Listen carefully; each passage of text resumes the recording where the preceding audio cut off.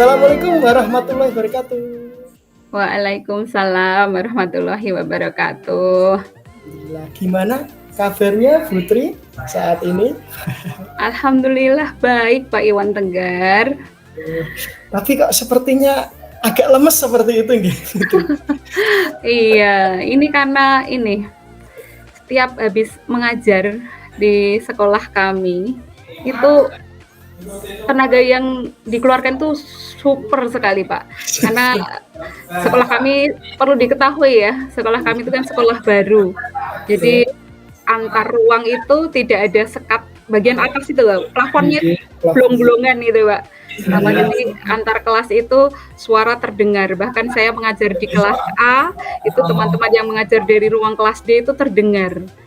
Jadi sungguh-sungguh lingkungan belajarnya sangat tidak kondusif, sehingga kayak di lapangan Pak kalau ngajar harus teriak-teriak gitu. Oh, jadi seperti itu gitu. Iya, belum lagi kalau di ruang sebelah itu pelajarannya misalkan seni musik gitu ya. Kan menyanyi, kemudian menggunakan alat musik itu luar biasa sekali. Saya biasanya langsung mencari kegiatan yang lain. Jadi lebih memilih untuk silent gitu ya. Refresh nonton gitu. Mau pakai suara tetap kalah sama alat dia kan, gitu Pak. Oke, jadi seperti itu nggih. Dari rencana pertemuan Putri hari ini kira-kira ingin menyampaikan tentang seperti apa Putri? Saya ingin berdiskusi dengan Pak Iwan Tegar, memantapkan pemikiran-pemikiran yang saat ini masih kurang tertata lah dalam diri saya untuk bisa di semester depan itu menciptakan kegiatan pembelajaran yang meskipun di lingkungan belajar yang kurang kondusif, tetapi bisa mengena ke anak-anak dan bisa berjalan dengan baik. Seperti itu ya. Jadi kalau boleh saya tanya, seumpama ini dari 1 sampai 10, memangnya di kondisi sekolah dari Putri itu kalau boleh saya minta Putri nggih untuk menilai nggih, kira-kira di angka berapa nggih Putri? Kondisinya sekarang menurut Putri? Kalau menurut saya sih tidak sampai 5 Pak. Tidak sampai 5. Mungkin masih di 4 gitu ya. Masih di 4 ya. Jadi kondisinya memang saat ini dalam pembelajaran pun menjadi kurang begitu maksimal. Wonten nggih Putri nggih. Iya, betul. Nah, kira-kira nanti keberhasilan dari tujuan Putri tadi bahwa dengan kondisi yang memang kurang maksimal tapi tetap ingin pembelajaran juga berjalan dengan sangat baik. Nah, kira-kira ukuran keberhasilan menurut Putri nanti seperti apa sih Putri? Kalau menurut saya keberhasilan anak-anak nanti bisa dilihat dari hasil refleksi mereka Pak. Jadi saya berharap bahwa anak-anak itu di akhir pembelajaran akan memberikan refleksi bahwa mereka happy, senang mengikuti kegiatan pembelajaran yang saya lakukan. Okay. Jadi pengennya nanti tetap anak-anak ketika ada refleksi dari Putri, anak-anak dalam refleksi itu pembelajarannya tetap menyenangkan, walaupun dengan kondisi yang disampaikan Putri tadi, dan kondisi karena sekolahnya sekolah baru juga di Putri. Betul. Jadi kondisi sekolahnya masih di standar 4 gitu. Nah, kalau boleh tahu Putri, seumpama dengan kondisi yang masih standar 4 seperti itu, menurut jenengan itu idealnya kira-kira kondisinya harusnya bisa seperti gimana tuh Bu?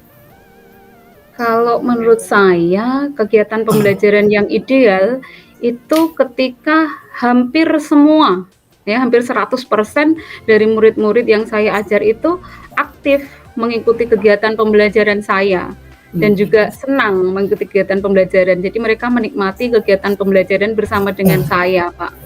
Oh, ganteng ya. Nah, kira-kira dari yang disampaikan Putri tadi terhadap kondisinya yang nilainya 4 tadi, terus inginnya Putri, keinginannya Putri nanti pengennya anak-anak tetap bisa aktif, tetap bisa enjoy, tetap bisa menyenangkan dalam pembelajaran itu, bahkan keinginan Putri pengen 100%. Kira-kira hambatannya seperti apa tuh Putri? Untuk hambatan saya saat ini yang jelas tadi ya Pak Iwan ya, lingkungan Iya, belajar yang tidak kondusif tadi, kemudian mhm, juga sarana prasarana yang dimiliki oleh sekolah itu masih minim, oke, kemudian buku paket juga masih minim, mhm, jadi masih, 1:2 lah, belum setiap anak bisa membawa buku paket sendiri, semacam mhm. itu. Nah, padahal dari kondisi yang menurut Putri tadi kurang ideal, sedangkan Putri punya keinginan kondisi yang ideal seperti tadi, pengennya anak tetap bisa aktif, tetap bisa semangat dalam pembelajaran. Kira-kira apa kekuatan dari Putri sendiri yang dapat menjadi solusi dari masalah yang Ibu sampaikan ini kira-kira?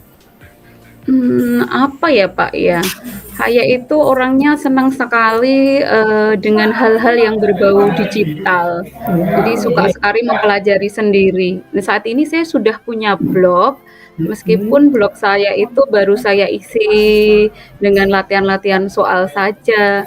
Nah, oke, saya kok kepikiran ya, bagaimana kalau blog ini saya gunakan juga sebagai sarana untuk mengajar anak-anak ya.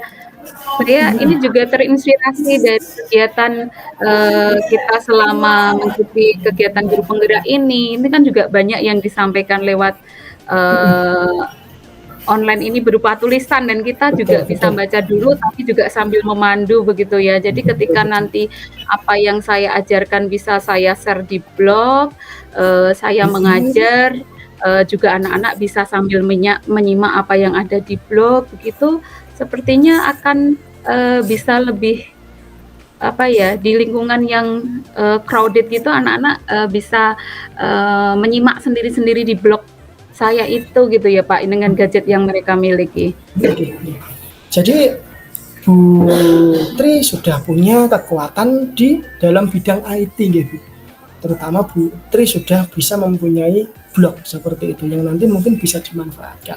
Nah, kalau boleh saya tahu Bu, untuk rencana realnya, kira-kira Putri ada pandangan apa tidak ini? Karena ini juga sudah mulai semester 1 sudah mulai habis ya Bu ya.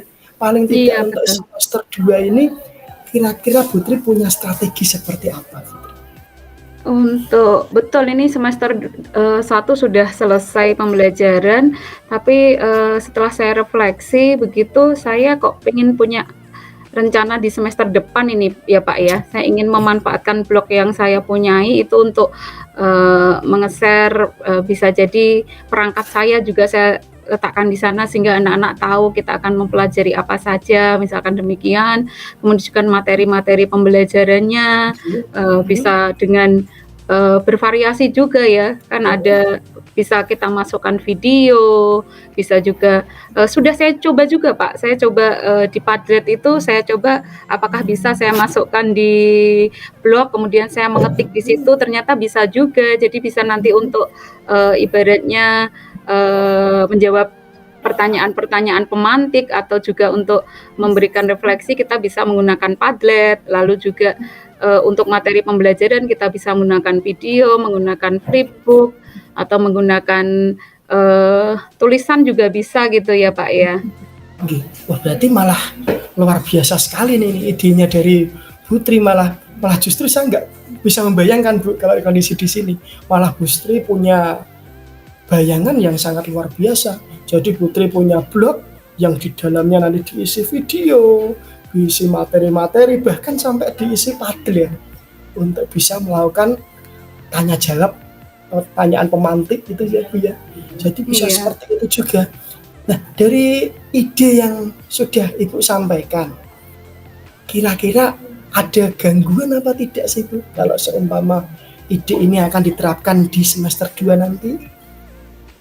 Gangguannya itu terkait, gadget, Pak. Jadi HP Gadget. anak-anak itu, di awal tahun kan sebenarnya saya sudah melakukan pendataan, anak mana, Mhm, siapa saja yang sudah punya HP sendiri. kemudian yang koneksi yang dipunyai itu berupa WiFi ataukah kuota data itu selalu terpenuhi, itu sudah saya data. Ternyata Mmm. anak-anak yang mempunyai HP dengan kuota sendiri, itu jumlahnya tidak seberapa, Pak. Jadi Mmm. sebagian besar anak-anak itu menggunakan WiFi, padahal di sekolah sendiri kan, WiFi baru ada di sekitar ruang kelas saja, ruang kantor guru saja. Oh, nggih. Mmm, jadi gangguannya tadi memang masalah dari gadget gitu nggih. Padahal Ibu Tri sudah melakukan mendata siswa siapa saja yang mempunyai gadget plus mempunyai kuota. Dan ternyata pun juga masih banyak yang belum memenuhi standar dari Bu Tri seperti itu nggih. Nah, untuk itu kira-kira Bu Tri punya solusi mboten dinggih mengatasi gangguan yang sudah Bu Tri sampaikan tadi?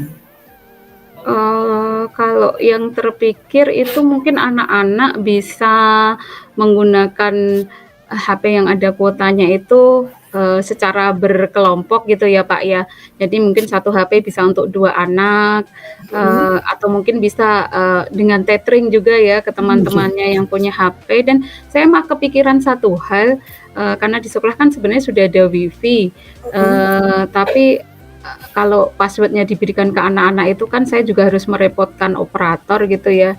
Jadi iya saya betul. kepikiran untuk membeli alat, apa itu, yang bisa untuk, apa ya, alat yang bisa untuk membagi WiFi sendiri itu loh, Pak. Nggih. Mungkin Heeh. sampai kayak napa nggih, router ngeten niku nggih? Nah, betul sekali. Jadi kan bisa saya colokkan, Oh. bisa saya gunakan saat pembelajaran saya saja juga itu ya, Pak, Nah, ya. itu yang bagus niku malah nggih. Bisa menggunakan tethering, bahkan Putri sudah punya bayangan bisa menggunakan router ini. Jadi secara garis besar dari kondisi awal seperti itu, Putri sudah menemukan solusi bahkan sampai detail sekali, sampai membahas tentang router juga, tentang jaringan juga Putri, luar biasa sekali. Nah, pertanyaan selanjutnya karena waktunya sudah mau habis juga ini, karena kita diberi batasan waktu yang tidak banyak nggih Putri. Sekarang kira-kira nantinya rencana Putri akan dilaksanakan mulai kapan Putri? Untuk persiapannya, akan Mhm, saya lakukan di liburan besok itu ya, Pak, ya. Ketika nggih. anak-anak sekolah libur, saya mungkin bisa mulai mempersiapkan segala Oh, sesuatunya, kemudian nanti di bulan Januari, di semester kedua, saya bisa langsung mulai mengaplikasikannya ke kegiatan pembelajaran saya di kelas gitu, Pak. alhamdulillah jadi seperti itu ya Putri. Alhamdulillah solusinya juga sudah jenengan sampaikan juga, yaitu dengan membuat blog yang berisi banyak nanti sumber belajar, ada mungkin video, bahkan nanti Putri juga menyampaikan ada Padlet juga. Walaupun dengan kondisi yang terbatas, ada gadgetnya dari anak setelah didata Putri memang terbatas, tapi ternyata Putri pun juga punya solusi memanfaatkan WiFi di sekolah. Bahkan Putri mempunyai ide untuk menggunakan router sendiri untuk bisa dimanfaatkan oleh anak, dan nanti Putri akan menyampaikan apa solusi ini dari persiapan dan lain-lain kira-kira pada semester depan sudah siap ngoten nggih Putri nggih. Iya, insya Allah, Pak. Pastinya nanti akan jadi inspirasi tersendiri nanti bagi saya Putri. Jadi ini menjadi hal yang di luar dugaan saya juga, ternyata dengan kondisi yang mungkin menurut Putri terbatas, ternyata Putri mempunyai solusi yang sangat-sangat luar biasa gitu. Nah, terima kasih Putri. Untuk itu biar nanti kita lebih mantap ya Putri, mohon Putri bisa menyampaikan kira-kira dari sesi coaching yang kita lakukan apa saja sih? Mungkin bisa Putri ceritakan, silakan. Nggih, terima kasih, iya Pak Iwan Tegar. Jadi, dari coaching ini yang tadinya saya masih, apa, ibaratnya bingung mau bagaimana karena melihat keadaan, lingkungan belajar di sekolah yang kurang kondusif, baru meraba-raba apa saja yang bisa saya lakukan. Tapi setelah coaching ini, saya mendapatkan gambaran yang lebih jelas, rencana-rencana juga, perencanaan waktu yang lebih tertata sehingga saya, lebih mantap untuk bisa nanti melakukan, rencana yang sudah saya planning tadi. Amin. Siap, Saya tunggu sekali Putri, nanti tindak lanjutnya saya harap nanti setelah tindak lanjut Putri bisa sharing-sharing juga kepada saya, nanti syukur-syukur bisa saya terapkan juga di sini Putri sebagai pembelajaran di SMA juga gitu ya Putri. Nggih. Jadi Siap Pak Iwan, terima kasih banyak loh. Ini jadi tertata, ini sudah tidak lagi mengira-ira harus bagaimana ini ya. alhamdulillah Putri, semoga nanti Putri berhasil dan nantinya menjadi, siapa tahu nanti menjadi penggerak buat teman-teman dari Putri di sekolah di SMP Putri mengajar. Seperti itu Putri. Terima kasih Pak Iwan. Gitu. Jadi cukup coaching niki, ilmunya sangat-sangat bermanfaat juga buat saya Putri. Itu terima kasih. Bila taufiq wal hidayah. Assalamualaikum warahmatullahi wabarakatuh. Waalaikumsalam warahmatullahi wabarakatuh.